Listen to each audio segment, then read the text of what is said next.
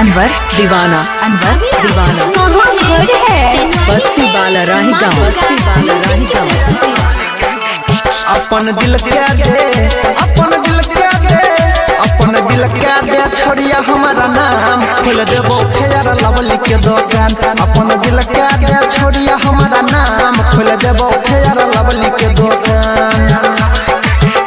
अपन दिल क्या दे, अपन दिल क्या दे, अपन दिल क्या दे, अपन दिल क्या दे रखबो तोरा बनाई के अपन जान खोल देबो फेयर लवली के दुकान।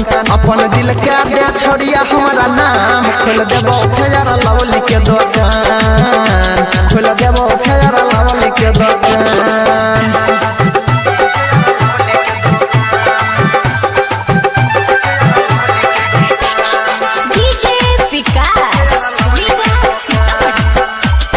हेलो, के बजे छी? अनवर दीवाना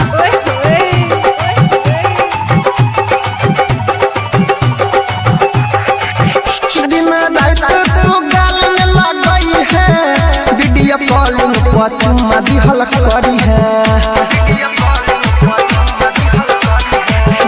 दिन रात तू गाल में लगई है, वीडियो कॉलिंग पर चुम्मा दिहल करी है।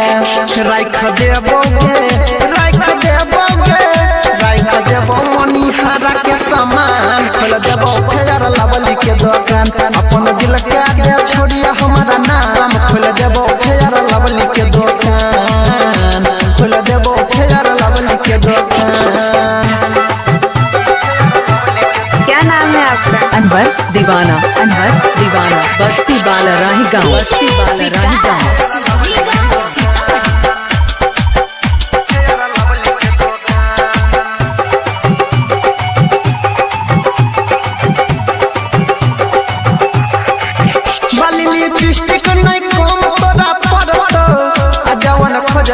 सब तोरा मिलत। हेलो, के बजे छी? अनवर दीवाना जवन खोजबे गे सब तोरा मिलत। गे पुराई देबो, गे पुराई देबो, गे पुराई देबो सब यार मान खोल देबो फेयर लवली के दुकान। अपन दिल क्या दे छोड़िया हमारा नाम खोल देबो फेयर लवली के दुकान, खोल देबो फेयर लवली के दुकान।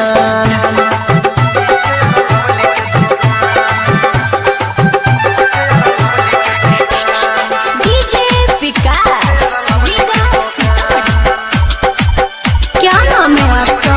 अनवर दीवाना कहाँ घर है? बस्ती बाला राही गाँव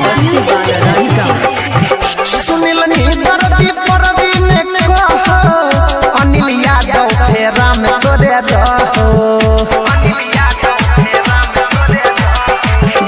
सुनिल नी दर्दी परवीन कहो, अनिल यादव फेरा में तोरे रहो। गे देवेंद्र के, गे सुमित के जवानी कर दे भोला के नाम खोल दे तो फेयर लवली के दुकान। डीजे विकास छौ तोरे लहरान खोल दे तो फेयर लवली के दुकान। अनवर दीवाना खोल दे तो फेयर लवली के दुकान।